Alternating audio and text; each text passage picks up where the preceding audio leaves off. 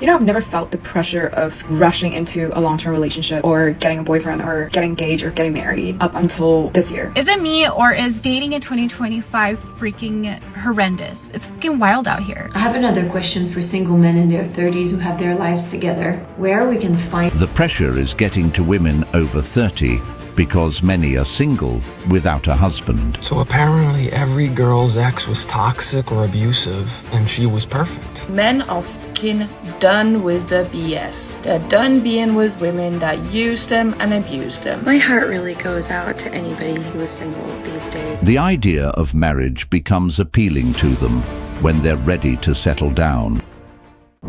Kindly subscribe to the channel as it further supports us in our work. Thank you. Men are saying that dating today feels like adopting an entitled adult. And they're not wrong. You want him to pay your bills, to solve your problems, to manage your emotions, to fix your past trauma. While you contribute attitude, demands, drama, men want partners, not dependents. If you're looking for a father figure at 30, you might have missed the adoption deadline by about 25 years. I know my song is out there. Is it too hard to find a 6'3" black man who is funny, likes to have a good time, is from the Chicago area, is goal-oriented, and likes home-cooked meals? Like, are you there? You know, I've never felt the pressure of rushing into a long-term relationship or getting a boyfriend or getting engaged or getting married up until this year. None of my friends were getting married, getting engaged up until this year. I don't know what is happening with 2025. All of a sudden, everybody's getting married, everybody's getting engaged, and I'm just out here still single. And also, my 10-year high school reunion is coming up this summer. Some of my classmates are married, and some of them, I think they have kids. And guess what I have? I have all the free time, all to myself, and I can just travel and move anywhere if I want to move, if I want to travel. No one's tying me down. So if hypothetically I get a job in London or get a job in Singapore, I could literally just move there. I don't need to discuss with my other half. Just be like, oh, like, what do I do? This is a really good opportunity, but you are in LA. I can't leave you. No, I can just pack my bag and just move.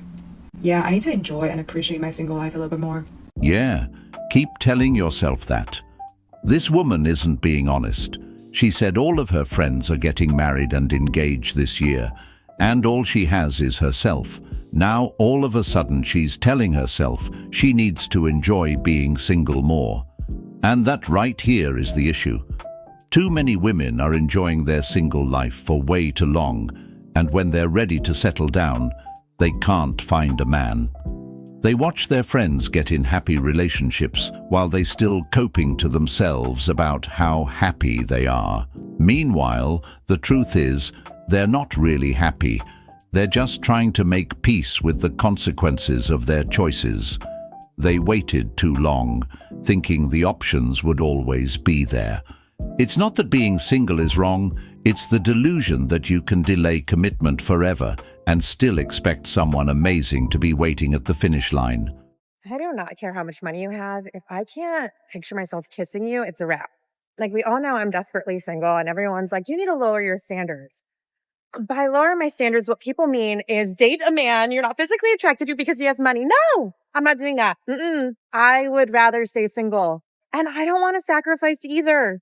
I don't care if you're fine, but you are a dick. Like, that doesn't work for me either.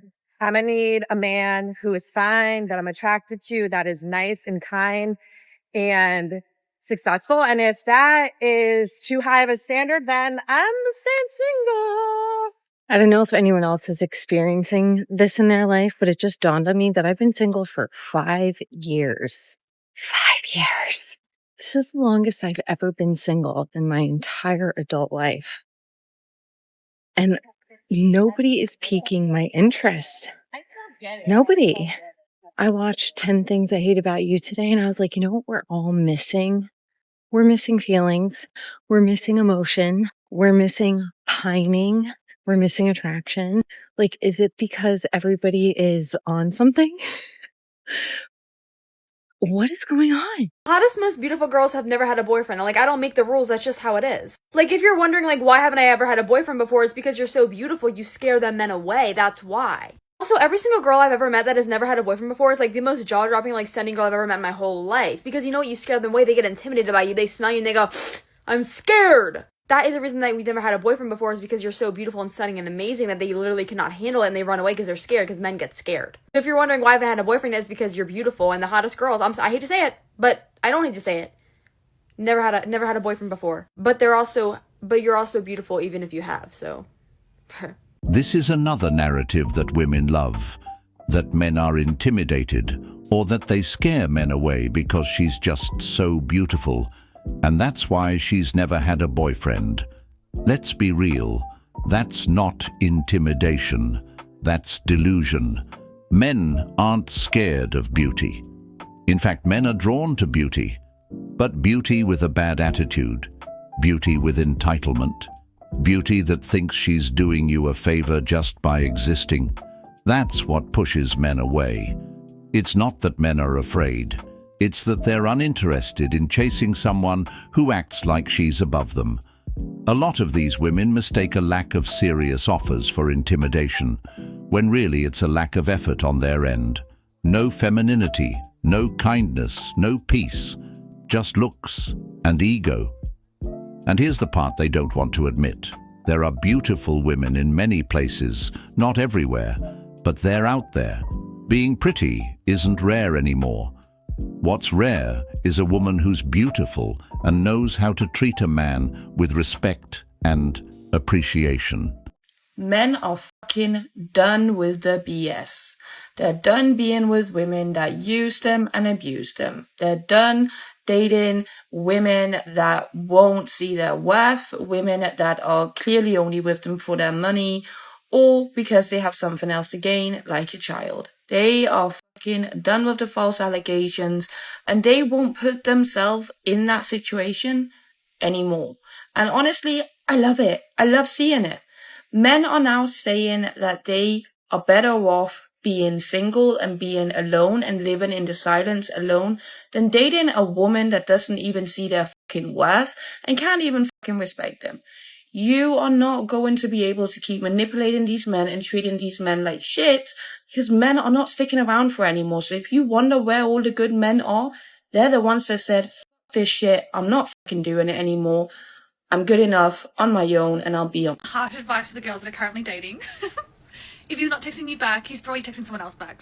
I feel that this is important to say, but ladies, it's not always about you. He actually might be doing something else. A man that cannot plan a date can definitely not plan a future. Those initial dates are actually intended for two people to get to know each other. No elaborate plans are needed for that to happen. I'm going to hold your hands when I say this to you. Oh, please don't. Not all of us are that delicate. He's not your soulmate, he's just 6'4". The sad part about that is, apparently, that needed to be said.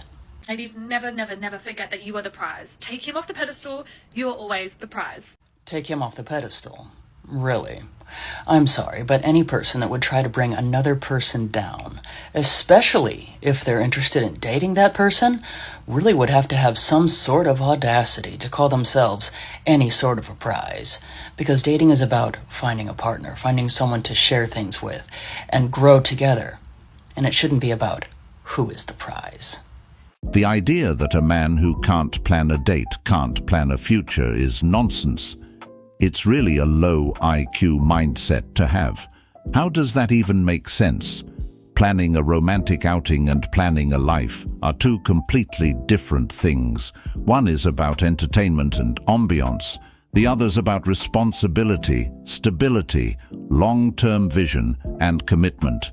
Some of the most reliable, loyal, and hard-working men out there aren't into candles and cutesy picnics, but they'll show up every day, provide, protect, and build with you. But because he didn't organize a Pinterest-worthy evening, suddenly he's seen as incapable of being a good partner? That's shallow thinking. In fact, some men don't go all out on dates because they're tired of performing for women who don't value substance, only surface. And often, the guys who do plan the perfect date night are the same ones who disappear once they've impressed you enough to get what they want. Women get so much online attention that when they show up to the actual date, they feel like they can be so incredibly picky that they can have a long list of red flags for themselves. And because they're cute, it doesn't matter. But a guy has like one thing they don't like and they're like, I'm out. I don't need this attention. I can just go home and I can look at my DMs. And then you know what happens to these women? I'll tell you. They get to be, 35 and then the panic sets in. And then suddenly, they're not getting as many DMs, right? Because the game gets old at some point and they're starting to get older and they're starting to think, well, I want a kid or I want to be married or I don't want to have to fix my own toilet. This isn't a husband for that. And then all of a sudden the panic starts to set in. And then sometimes they get to 40s and things start to change. Your body starts to change a little bit. And suddenly it's massive panic. And then they're, Chelsea Handler, drinking the wine and talking to everybody about how having kids sucks. Right? Is it me or is dating in 2025 freaking horrendous? It's freaking wild out here. I don't like it. Like, I want a husband already. I don't want to deal with talking to multiple men. That's not me and that's never going to be me. I can't do this dating. Like, everyone's ghosting everybody. Nobody is emotionally available. Like, it's so freaking exhausting. Like, you show up like you're supposed to show up, but there's that person with mixed signals. There's that person that don't want to do this. There's that person that don't want to put in the effort. But when it comes to talking to somebody and trying to be in a relationship, you got to put in effort. It's not about words. Like, oh, I'm going to do this for you. I'm going to do it. It's all about actions, baby. Actions. And honestly, a lot of us are healed. A lot of us did our work on ourselves. A lot of us learned to love ourselves. A lot of us learned to build ourselves as far as financially, mentally, everything. We learned how to be on our own and we're okay with being alone. That's why a lot of us are still single. We're not jumping into relationships or jumping into with anybody that comes along our way. We are very picky because we are not going to tolerate. We're not going to tolerate people that are going to disrespect us. We're not going to tolerate people that are just all talk and not action. We're not going to tolerate liars. We're not going to tolerate nothing. We're just going to cut you off and we're not going to talk to you ever again and move on. And like, that is exactly why a lot of us are single, because we healed and we're not going to tolerate anything. But we run into those ones that are not healed. And those are the ones that make the dating scene horrendous. Those are the ones that just want to play games with you. Those are the ones that are not emotionally available. Those are not the ones you want to fuck with. And at the end of the day, you don't even want to be around those people, because if they have the balls to drag you through the mud or just use you for entertainment, those are the most shittiest and disgusting people ever. And I would not even want to be around those people. I understand that a lot of women want husbands or a family, or that they feel like the dating pool is trash. But at some point, you have to look deeper than just blaming the options out there. Because if everyone around you is the problem, maybe it's time to hold up a mirror. When a lot of these chicks are dating, they don't ever think they're the problem. It's always the guy who's not mature enough, not successful enough, not emotionally available. Dating doesn't work for them because they're not dating to connect. They're dating to be impressed. They expect men to be perfect while offering the bare minimum in return, and when it fails, instead of reflecting, they double down on the delusion. I will agree that dating is hard, that ghosting is an issue, but at the same time, they're the ones who put themselves in these situations by waiting too long. Now they're dealing with ghosting, emotional unavailability, and being left on red. Not because all men are bad, but because they wasted the phase when the best men were willing to give them their full attention. That window doesn't stay open forever. I have a question for the men. Why do you go out of your way to ask for a woman's number? You begin text messaging them. You say, hey, let's grab dinner. Let's grab drinks on Thursday or Friday or whatever. You talk to them every day leading up to it. Not all day. Just like, morning. Hope your day's going good. Was thinking about you. Nothing crazy, right? I don't think you should be doing a ton of talking before you actually meet, because why invest the time if they can end up being a dud? But why are guys asking for girls' numbers and then they never pull the trigger? They never actually set a plan. Why did you ask for my number?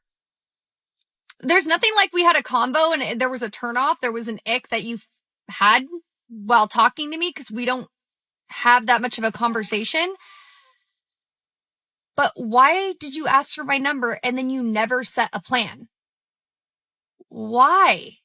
I don't get it. Can some guy make this make sense to me? What am I missing here? Help. So apparently every girl's ex was toxic or abusive, and she was perfect. Recent studies from the University of Delusion have confirmed that no woman has ever been the problem. All right? Like, I've never heard a girl say, yeah, it was me. He tried really hard, but I gaslit him and keyed his car. Never. It's always he was insecure, he manipulated me, he didn't know how to handle a real woman. All right, that's fine. I don't even care. But listen, if you've had 11 boyfriends in 9 years and every single one of them had the same problem, at some point, just mathematically speaking, that just can't be true. Right? And I'm not saying he wasn't toxic. I'm just saying you weren't out here being Mary Magdalene either. All right? You smashed his windshield, changed your number, and then posted a TikTok like, healing in silence. And now every time a guy asks for a basic respect, he's controlling. Every time he checks in, he's giving narcissist. It's wild how every ex becomes a villain as soon as you're done using them. More likely than not, sometimes he was the problem, sometimes you were the problem. And sometimes you all just need God and not a new boyfriend. That's because women cannot take accountability. They'll say, my ex did this, my ex did that. But they themselves will never admit what they did that caused the relationship to fail. It's always the man's fault. He was toxic, he didn't communicate, he wasn't ready. But ask her what she did wrong.